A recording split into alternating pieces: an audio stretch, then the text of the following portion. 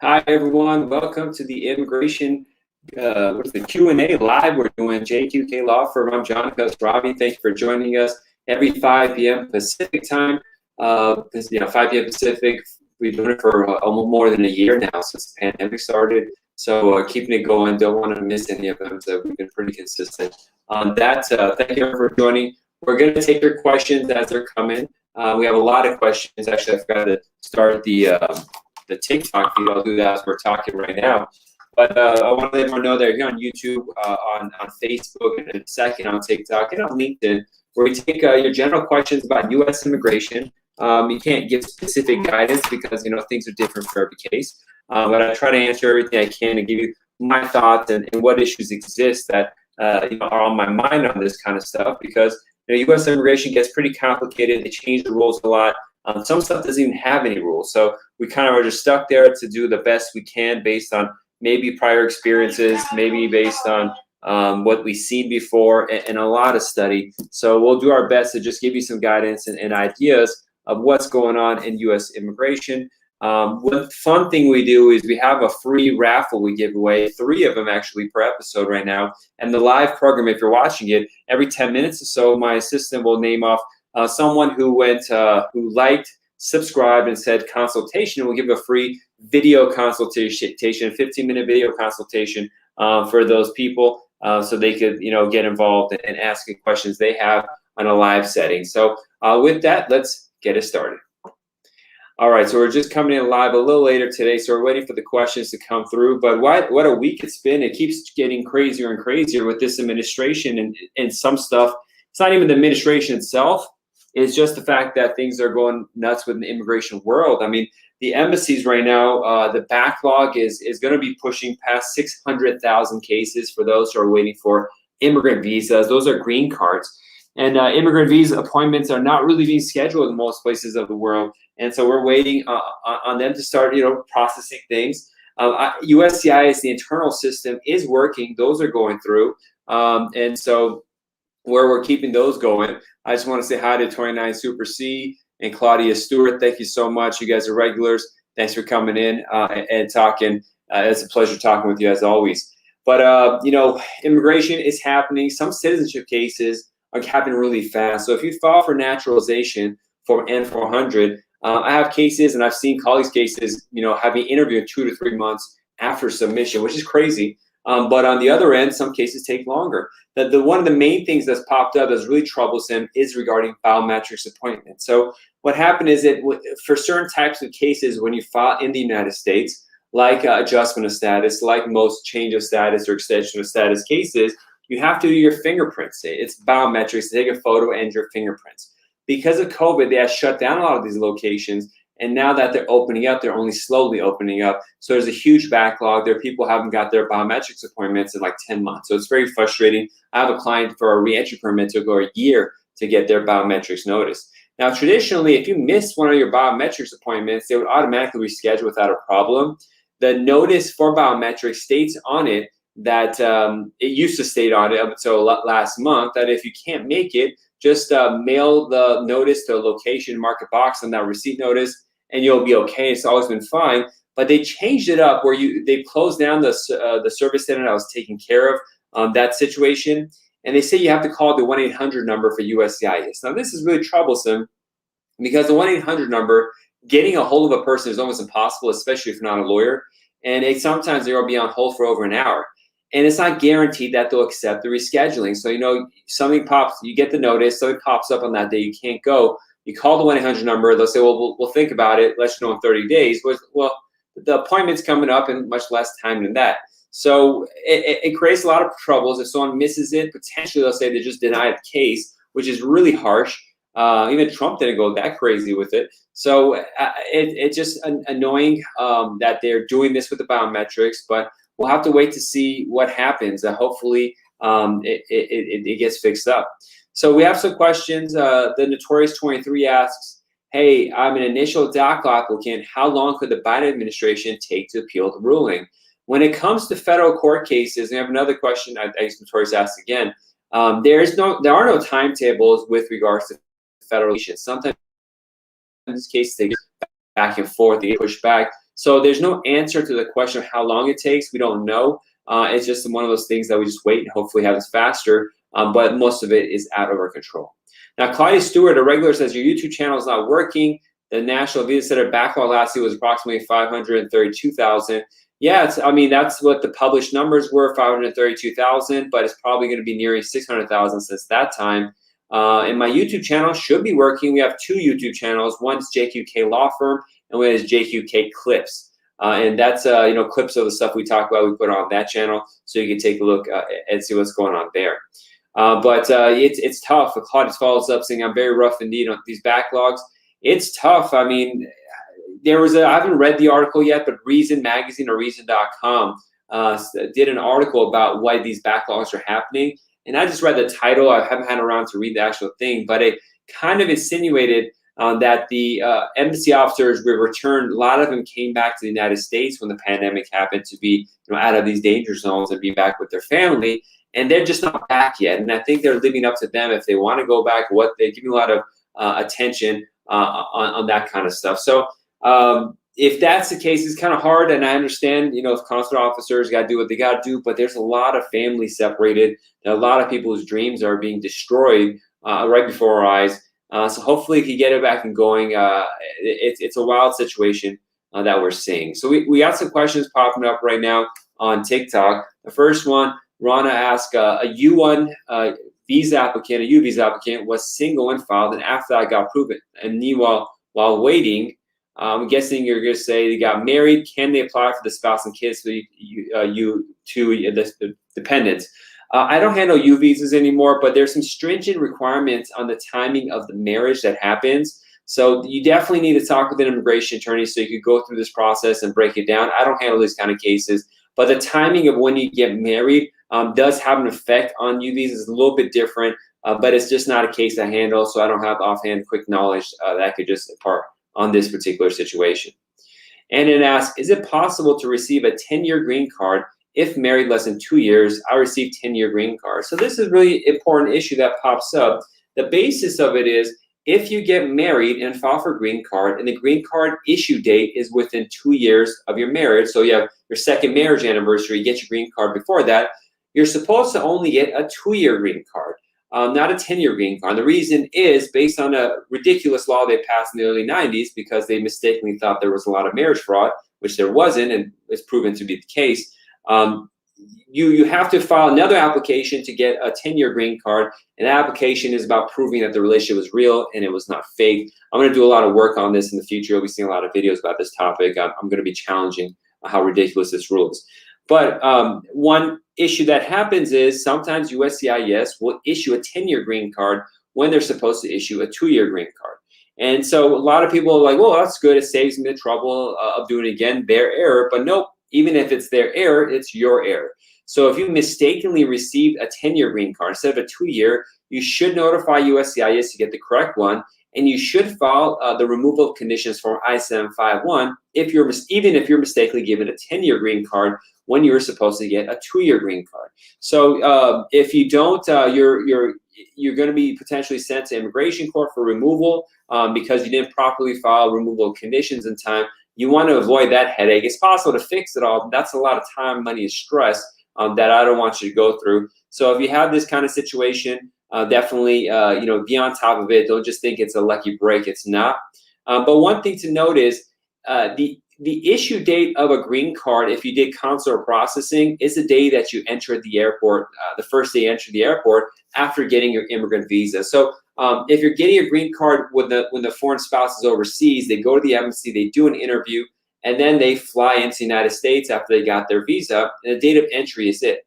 Now, sometimes, by the time, especially with the delays we have right now, sometimes by the time you have your interview and by the time you come to the United States, it's near 2 years after the wedding anniversary anyway. So in those cases, I had clients where I told them, listen, you got your visa, your second wedding anniversary is in a month. Don't enter the United States until a day after your wedding anniversary. So when you do enter, you automatically and correctly will get the 10-year green card. So that's a really important thing to think about because getting the 2-year green card is a very obnoxious and costly thing to have to deal with. So that's the last thing. If we get away with not doing its best And this is going to happen to a lot of people that are stuck in these visa backlogs right now if they're doing consular processing. The delays are terrible, but on the bright side, a lot of them are going to have green cards issued past the 2-year marks, meaning they'll automatically get a 10-year green card. So you gotta take the small wins that you can, and that's one of the wins that are coming there. So I want to mention with your great question, Anna, you are a lottery winner. Thank you for posting. So just take a screenshot of wherever you're watching this, Karani89, and email it to me at info@jqqlaw.com, info@jqqlaw.com, and send a screenshot of that so I know it's you, and I'll reply and we'll schedule a free 15-minute consultation. But for those who are interested in this marriage topic, even any green card topic, I have an ebook that's really detailed and really breaks things down. It's focused on marriage. That's why it's called the Ultimate Marriage Green Card Guide. Having said that, it covers just the process for most cases. Go to marriageimmigrationlaw.com, marriageimmigrationlaw.com. Download the Ultimate Marriage Green Card Guide. It's 40 pages. You'll be blown away how much information is there. Even if you're not interested in this kind of case, download it. You'll be amazed of how much information can be helpful for maybe your type of case. We have translation certificates there. We have all sorts of different stuff that can help you out in these kind of cases and more. So definitely take it out. Check it out at marriageimmigrationlaw.com. And we're getting questions, as always, about timelines. Unfortunately, I don't have answers for most of these cases with regards to timelines. But we'll take the next question. Notorious follows up, do you think the immigration bill has a chance in the Senate, or is reconciliation the best? Now, I've talked about this a lot on the show. I studied political science. I've been heavily involved in politics in my earlier days. What I realized, and this is like facts, you have no idea what's going to happen with this stuff, so it's not even worth pursuing. Unless you're one of the interest groups that is intricately involved in Washington, D.C., anyone else following this stuff is wasting their time. I wouldn't bother. Just when it happens, it happens. And that's about it. So I don't have any answers about this or even about court cases that are happening, that are pending. These judges, these politicians do whatever they want to do. So me following it, other than getting what the rule is at the end and see how it helps my clients, that's the most I could do. So I don't really get involved in the details of that kind of stuff. But along with this, to answer Kingsley Blinken, these lawsuits, when they come out, if there's going to be an impact, you'll hear about it. You'll definitely hear about it here. But so far, nothing's happening. Now, I mean, with regards to lawsuits, one of the things that's happening with the delays historically has been a lot of cases in the Middle East in particular, after they do their embassy interview, these cases will get stuck in administrative processing, or AP for short. And sometimes these delays will be a week, a month, sometimes 6 months, sometimes years. And what has happened is immigration attorneys started suing the government for unnecessary delays. And it's been fairly successful to do this, to avoid these delays, by filing a lawsuit and saying it's taking too long. But recently, there's been a couple of cases, especially in Washington, D.C. circuit, where the judge said, you know what, the government can take as long as they want. And so these lawsuits are going to come under fire. We'll see what happens. The administration is defending them. So just a quick heads up, there's going to be some changes with these lawsuits if you're interested in that kind of stuff. We had a question of sharing carrying a regular. Hi, sir. It's Asan. Good to talk with you again, Asan. As you know, I have 2 marriage certificates. One from, Asan, this is too much of a private case. I wouldn't want to really discuss this stuff. Please email me privately. It's too much of your individual case. I don't want to discuss this in public. So definitely just mention it all there, and we'll leave it with that. Rana says, thank you for answering. You're welcome, Ranka Fabul. Thank you so much. I appreciate that. And Anand says, thank you for your detailed response. You're welcome, and I look forward to having our private consultation. It's going to be my pleasure. We have a question from Lulu. My I-130 has been actively reviewed by USCIS. I do not know how long it will take to be approved. Yeah, I don't either. It's just hopefully sooner rather than later. But it's all up to them and however long they want to take. So that's the problem. These timelines, you just got to wait and see what happens. Sharing Caring says, thank you, sir. You're welcome. I appreciate it. Now, the I-130 process, there's different kinds of I-130. So let me give you a heads up. When someone says I have an I-130, it could be a case for a parent, a brother or sister, adult child. You could be a green card holder filing for a spouse. You could be a green card holder filing, a U.S. citizen filing for a spouse. The child could be above 21, under 21. they're all different types of I-130. So you got to remember, when you ask a lawyer, how long is my I-130 going to take? Immediately it's like, well, what kind of I-130? Then we got to dig deeper. And then we got to know what country you're from. That's a whole different thing. So that's why a lot of these questions about time require an analysis that could take maybe 5-10 minutes at the very least to be able to bring it down. And even with that, we might not have an answer. That's why, I mean, people always call me in my office and say, I have one quick question. How is this? The question might sound quick, but within that question, there's 10 or 15 questions, and each of them have to be answered until we get down into business. And I try my best in these live, give you general ideas, but it's not something I can answer because there's not enough information. And at the end of the day, they're really inconsistent. You know, a case that used to take maybe, 6 months is taking a year now. So, and then all of a sudden it gets faster. Like I mentioned earlier in the show, citizenship cases were taking like a year. Some are taking 3 months now. Some are taking a year and a half. That's a wide variance. So if someone asks me in San Francisco, how long does my citizenship case, say, well, if someone got in 3 months, some got a year and a half. How useful is that information? So the real answer is, you just got to be patient, live your life, and don't worry about what's going on in immigration. Just wait for that all to happen. Hopefully you have an immigration attorney that's keeping an eye out for you to see what. Other than that, it's just using energy and brain power on something that it won't help you at all. So you just got to be patient and live your life and do that. But thank you for the question. I understand where it's coming from. It's definitely, I'd want to know that answer too if I was you. But sometimes there are no answers or require a lot more information before we can get into it. 29 Super C says, thank you for answering my question. You're welcome. God bless you. And Osman, one of our regulars, I believe, says, I have a question. What is the maximum and minimum wait time for the process? I live in the States and we applied for 6 months now and still no fingerprints or employment card. There is no minimum and there is no maximum. That's just what I was talking about right now. It's all up to the government what they want to do.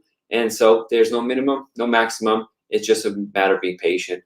Lulu says, thank you for answering my question on TikTok. You're welcome. Thank you so much. I wish I had better answers. I don't like answering so flippantly like this, but I've just been doing this for a lot of years, over a decade. I'm heavy in the immigration game. I'm everywhere. I have a trade guide on this. I have videos. I've trained lawyers on this. I teach law school. These timeline situation is just never been seen before. We're going through. So the only thing you can say is you need to be patient. And I don't mean to be offensive. It's just that's what it is. Everything is inconsistent, so we don't have a way to give a proper answer. And people contact me for consultations, and I can make them feel good and say a shorter time, so they'll close the deal and come with me. But I just don't. I'm like, listen, you're gonna be planning your life. You want to maybe sell your house or maybe move here. I don't want you to jump on because the government is really inconsistent.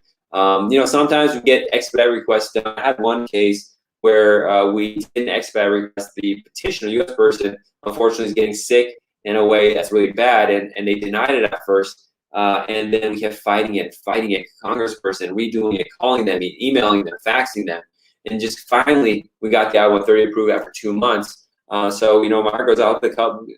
I-130 is just approved now, it's constant processing, so we're still got to expedite the embassy step. We got to expedite the embassy, and so there's still a lot there. But it required a lot of fighting and a lot of bad information from my petitioner who's got doctor's letters saying the sickness. Now I prefer, in my heart, like he wait longer to see his spouse and he wants to see her sooner, but not have a medical condition that's bad. But that's just life. It's a daily thing that we got to deal with. Immigration has turned into ER doctors almost seeing this kind of stuff. Next question from West Gulfer asks, my employment-based green card I-140 is approved and fingerprint has been taken by USCIS. I'm waiting for my interview for adjustment of status at Form I-485.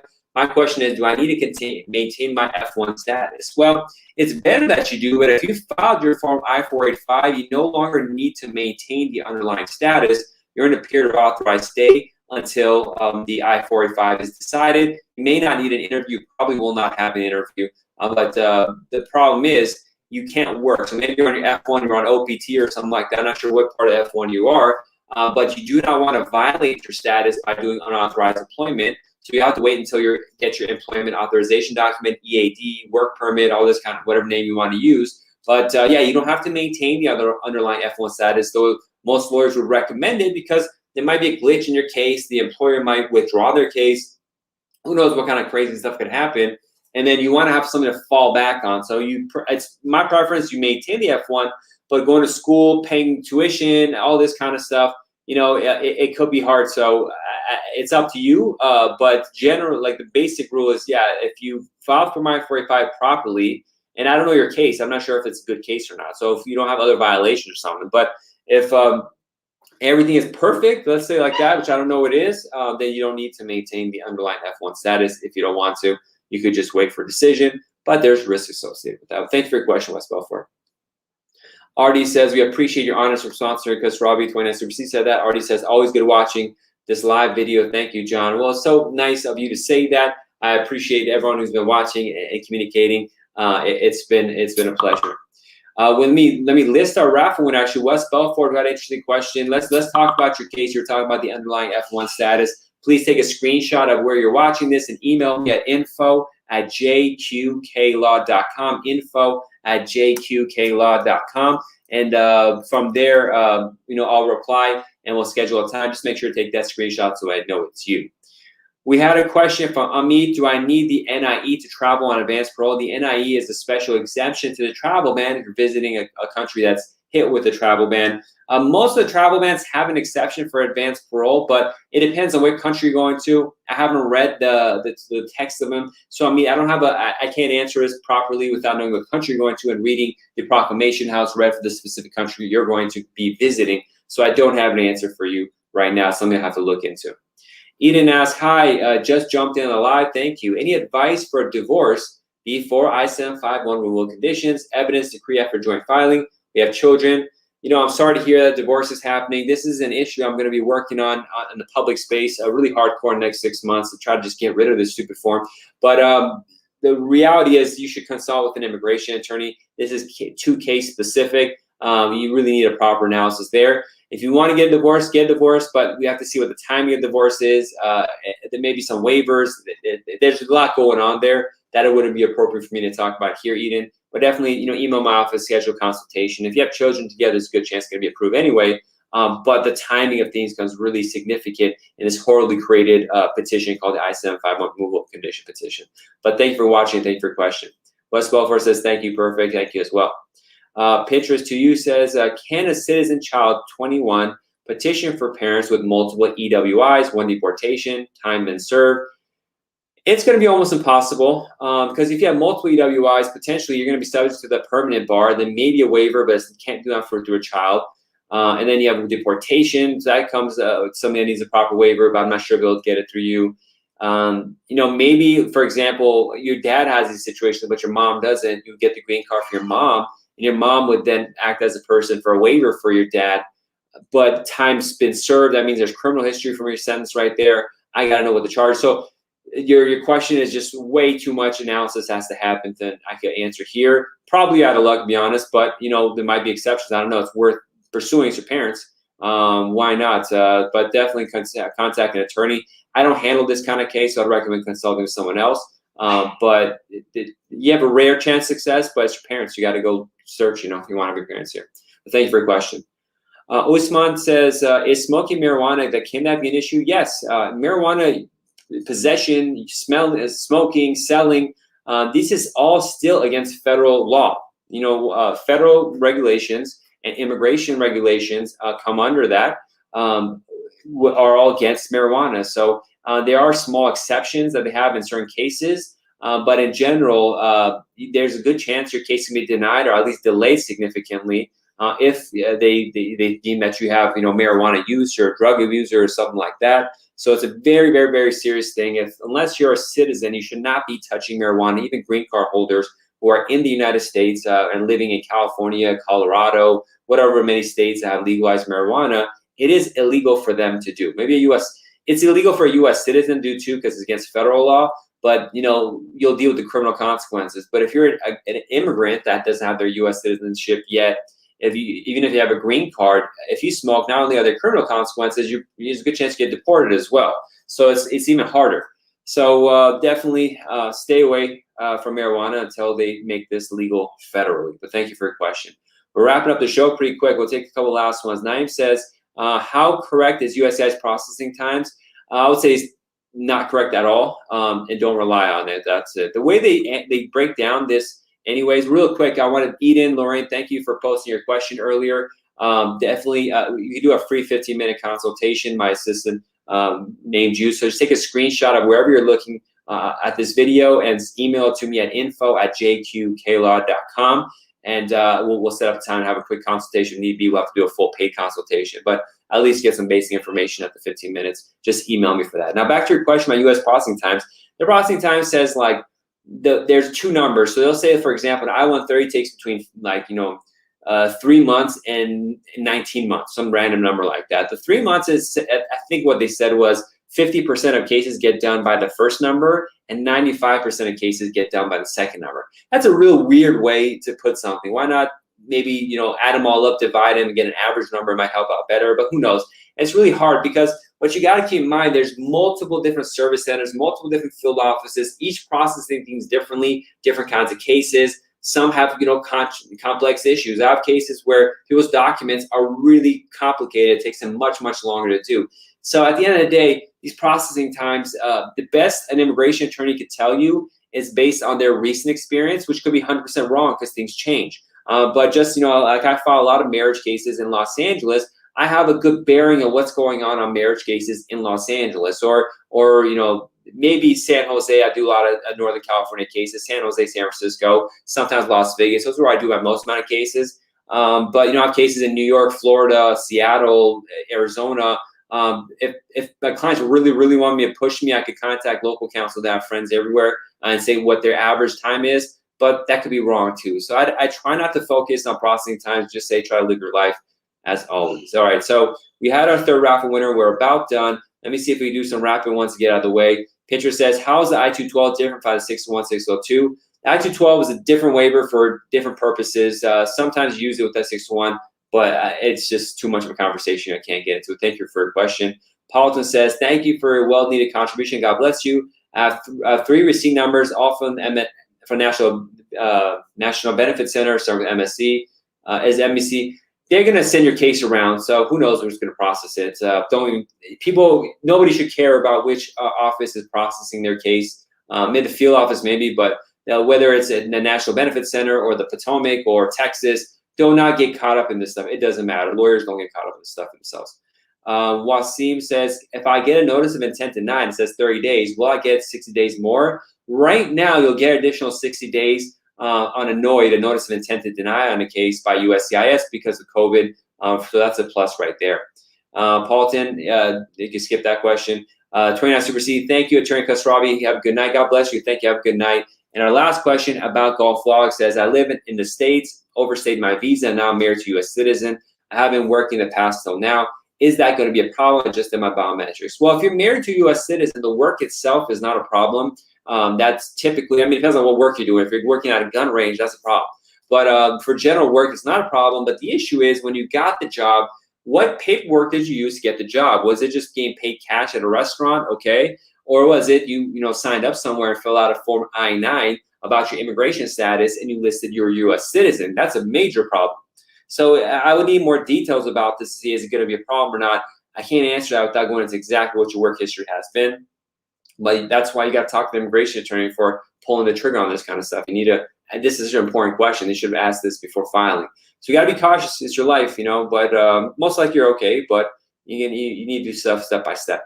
All right, everybody. Thank you so much for joining us. We'll be back again next week, 5 p.m. Pacific time with more free consultation, education, talking about this stuff. And thank you everyone for joining. I really appreciate it. So many kind words coming each time. If you enjoyed this show, please go to my Google business page, JQK Law. Type that in Google and leave a 5-star review. You don't have to write anything, just 5 stars. We appreciate it. It helps me out a lot. But with that, I want to say thank you. God bless. Be safe. We'll see y'all next week. Bye-bye.